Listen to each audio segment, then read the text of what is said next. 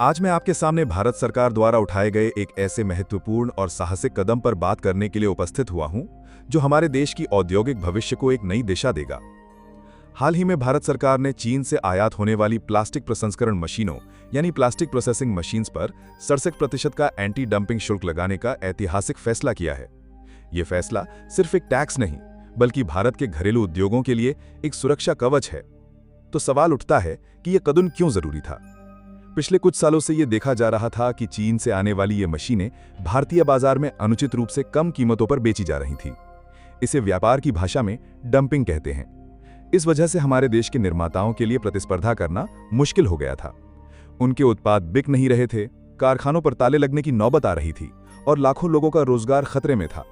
भारत सरकार के व्यापार उपचार महानिदेशालय यानी DGTR ने इस मामले की गहन जांच की और पाया कि चीन की ये नीति हमारे घरेलू उद्योग को भारी नुकसान पहुंचा रही है। इसी अन्याय को रोकने और अपने उद्यमियों को बचाने के लिए ये 67% का शुल्क लगाया गया है। इस फैसले का हमारे देश पर क्या असर होगा? समान अवसर यानी level playing field.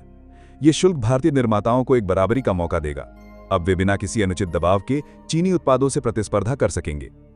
Make in India को बढ़ावा। ये कदम प्रधानमंत्री श्री नरेंद्र मोदी जी के मेक इन इंडिया अभियान को एक नई शक्ति देगा। जब भारत में बनी मशीनें बिकेंगी तो भारत में उत्पादन भी बढ़ेगा। निवेश और रोजगार। इस फैसले से घरेलू मशीनरी क्षेत्र में नए निवेश को प्रोत्साहन मिलेगा, नए कारखाने लगेंगे और हमारे युवाओं के लिए रोजगार के लाखों नए अवसर पैदा होंगे।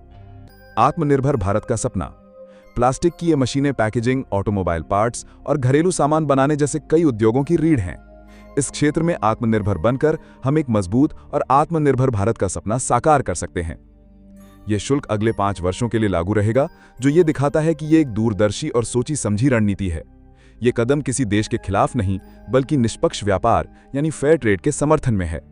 यह निर्णय सिर्फ एक व्यापारिक उपाय नहीं है, बल्कि यह भारत के औद्योगिक भविष्य को सुरक्षित करने और दुनिया को यह संदेश देने का एक संकल्प है कि भारत अब किसी भी अनुचित व्यापारिक प्रथा को बर्दाश्त नहीं करेगा।